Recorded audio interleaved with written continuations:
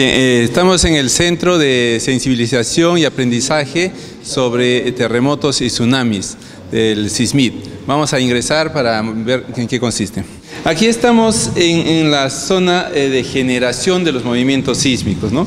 Este es un simulador para ver cómo ocurren los sismos, ¿no?, en la zona de subducción.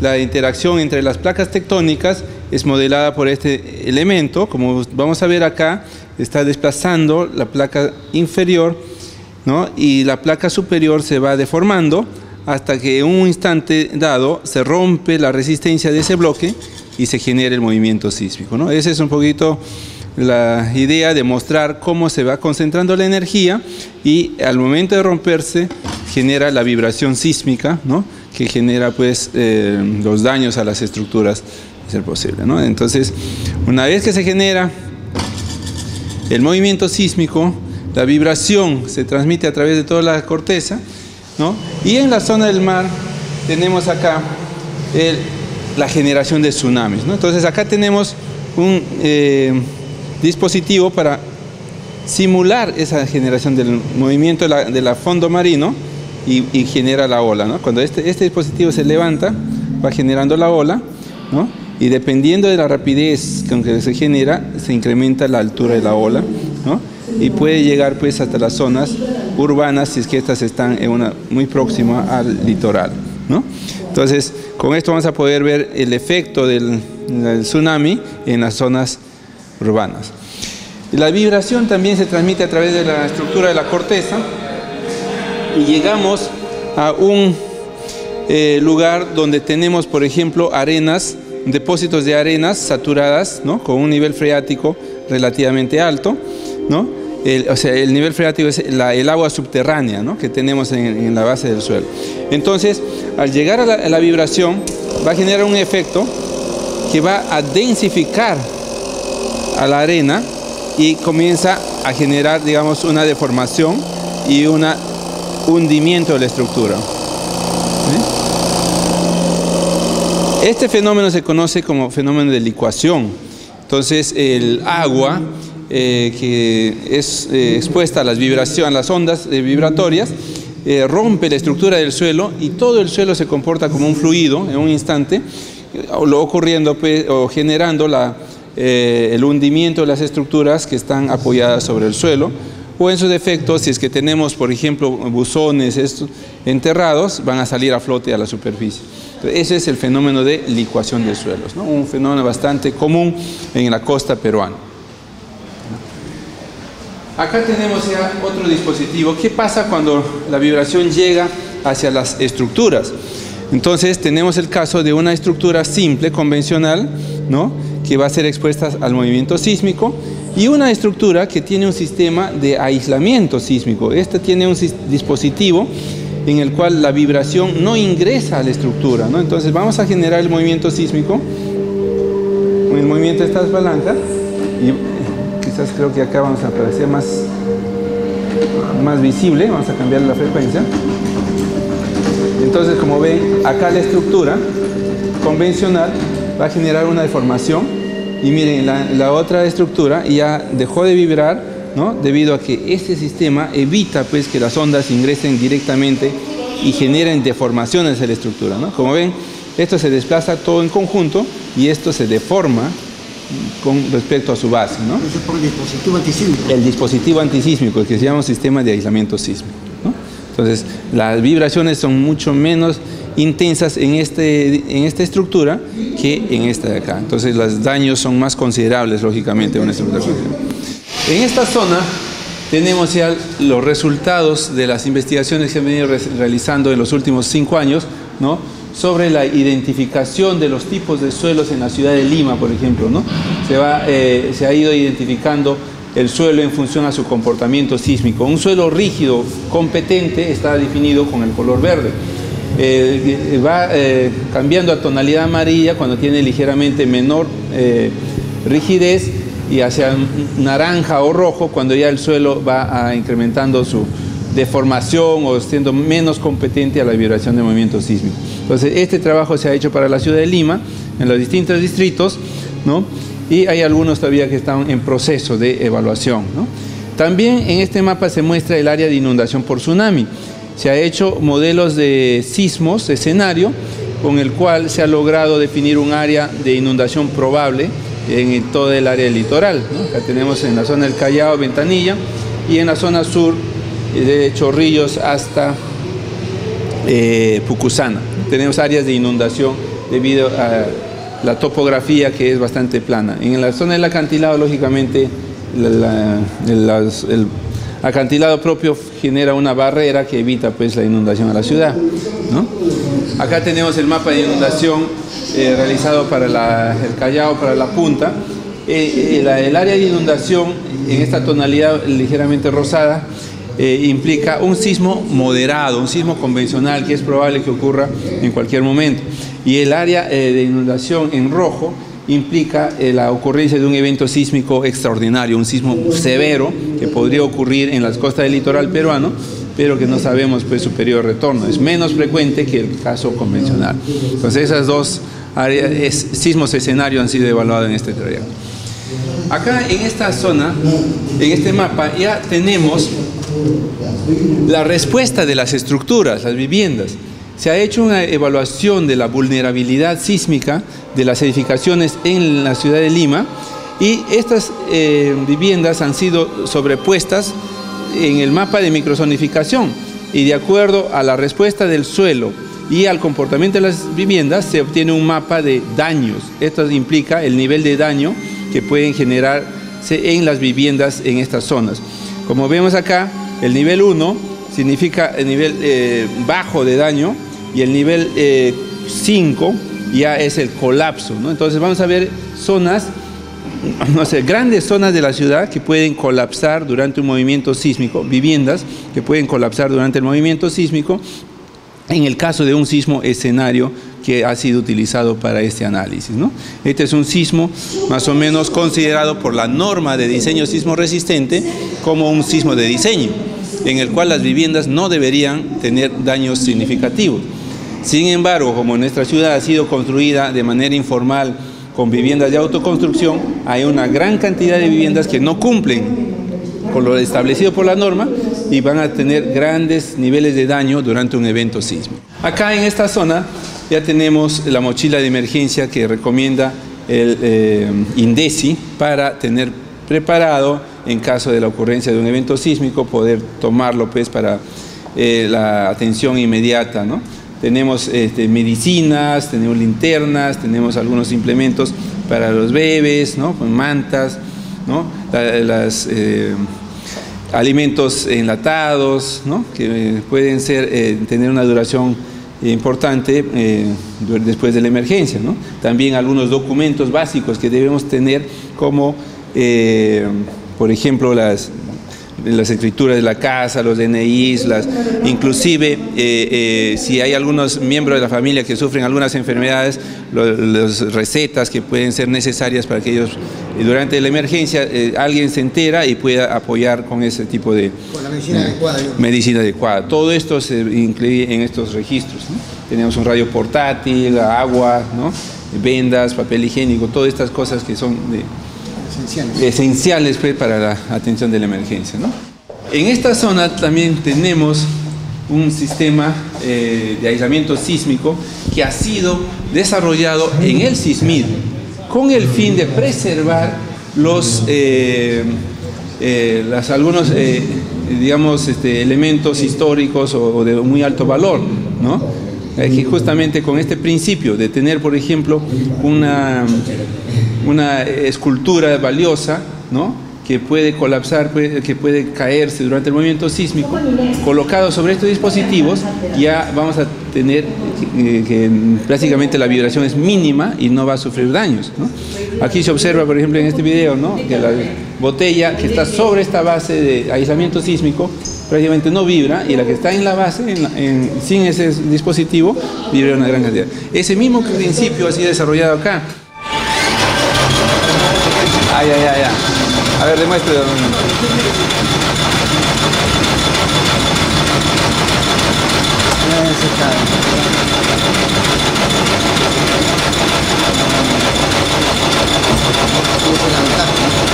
Claro, ese es el dispositivo que ha sido desarrollado acá por unos investigadores del CISMID, el ingeniero Proaño, don Lucio Estacio, y bueno, algunos otros colaboradores, ¿no?, que están desarrollando este sistema para poder utilizarlo, pues, y evitar ese tipo de roturas de las esculturas valiosas, ¿no?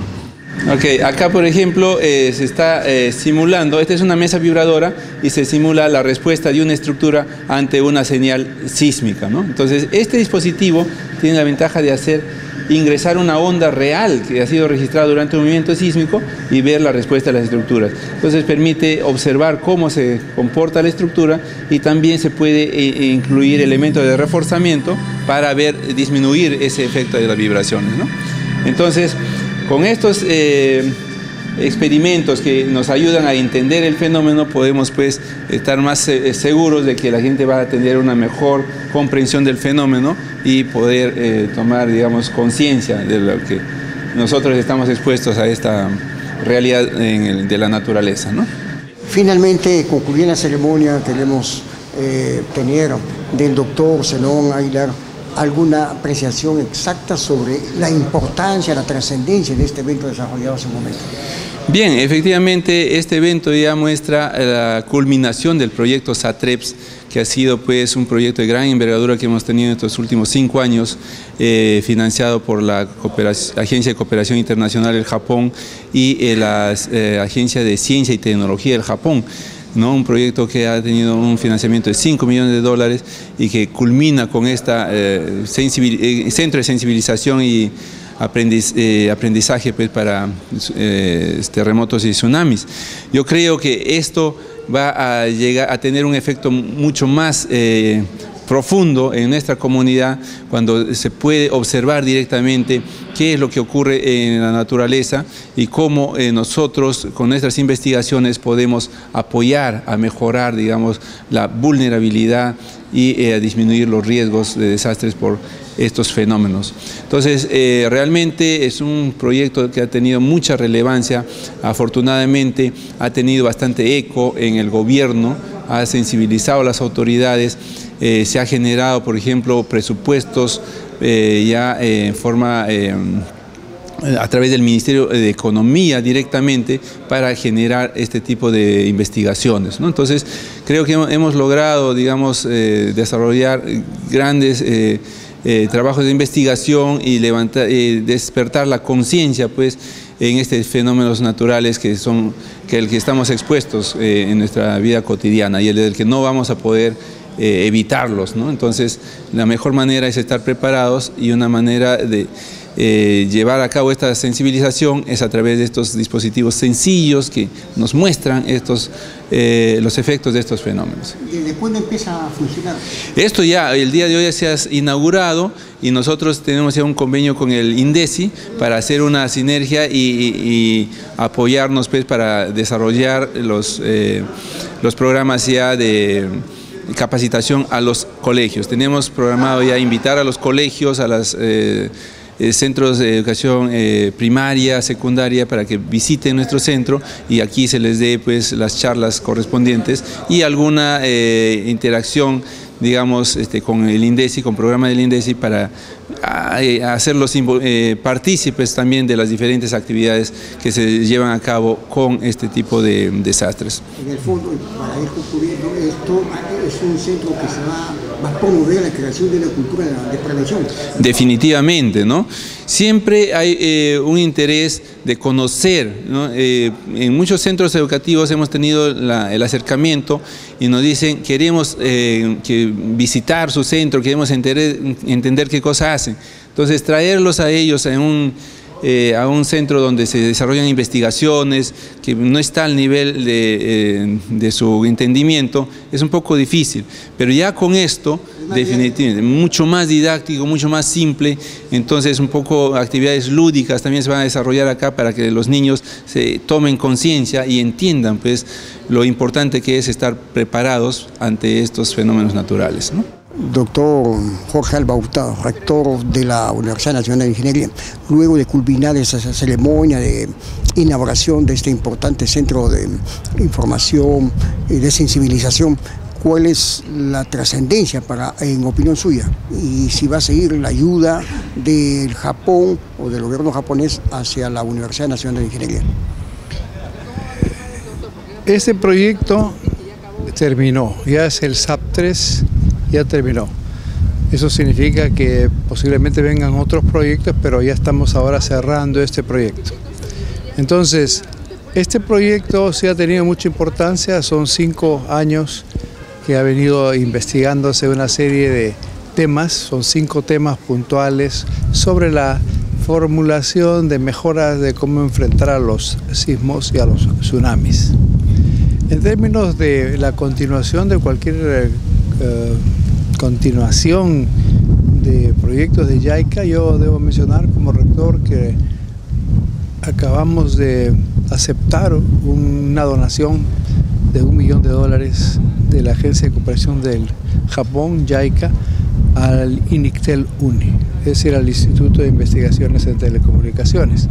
Eso significa que eventualmente pues, la cooperación va a continuar y posiblemente a través de becas, a través de patrocinios de estudiantes o intercambio de profesores, en el área de la ingeniería sísmica también continuarán nuestras relaciones con el gobierno del Japón.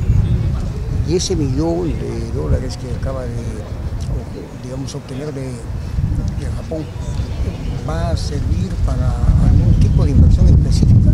Sí, es en el campo de las telecomunicaciones, sobre todo en zonas rurales, ¿no? En la televisión digital, fundamentalmente. Entonces vamos a continuar como universidad, esa fue la pregunta, vamos a continuar con esa cooperación de los japoneses. La universidad va a ir, digamos, como se dice, bajando hacia la base, bajando hacia la comunidad para hacer su labor también de proyección. Bueno, en los 2 temas que estamos tratando, ¿no? Tanto en el tema de la sensibilización, que va a consistir en traer chicos de los colegios, de enseñarles cómo se generan los sismos, cómo se generan los tsunamis, qué cosas hay que hacer con respecto a uno y otro caso, como en el otro tema que es de la televisión digital en zonas muy rurales, muy apartadas, llámese la selva, en lugares muy apartados, ¿no? Entonces en los 2 casos estamos tratando de llegar con esos proyectos a la masa.